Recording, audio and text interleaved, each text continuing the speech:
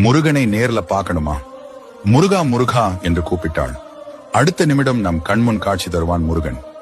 எப்படி என்று தெரிந்து கொள்ள வீடியோவை முழுமையாக பாருங்கள். அதற்கு முன்பாக உங்களுக்கு முருகனை பிடிக்கும் என்றால் இந்த வீடியோவை லைக் செய்துவிட்டு முருகா என்று கமெண்ட் பண்ணுங்க. முருக பக்தர்களுக்கு வீடியோவை அனுப்புங்கள். ஒன்றை மட்டும் மறக்காதீர்கள், முருகனை வழிபட்ட யாரும் தோல்வி அடைவதில்லை. ஆறுமுகம் அருளிடும், அனுதினமும் ஏறுமுகம்.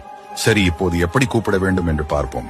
முதலில் நீங்கள் உங்களது முருகன் பக்தியில் முருகனை அனுதினமும் நினைத்துக் கொண்டே இருக்க வேண்டும். நீங்கள் மனதார முருகனை அழைத்தால் முருகன் வராமல் இருப்பாரா? ஏதோ ஒரு வகையில் வந்து நிச்சயமாக காட்சி கொடுப்பார்.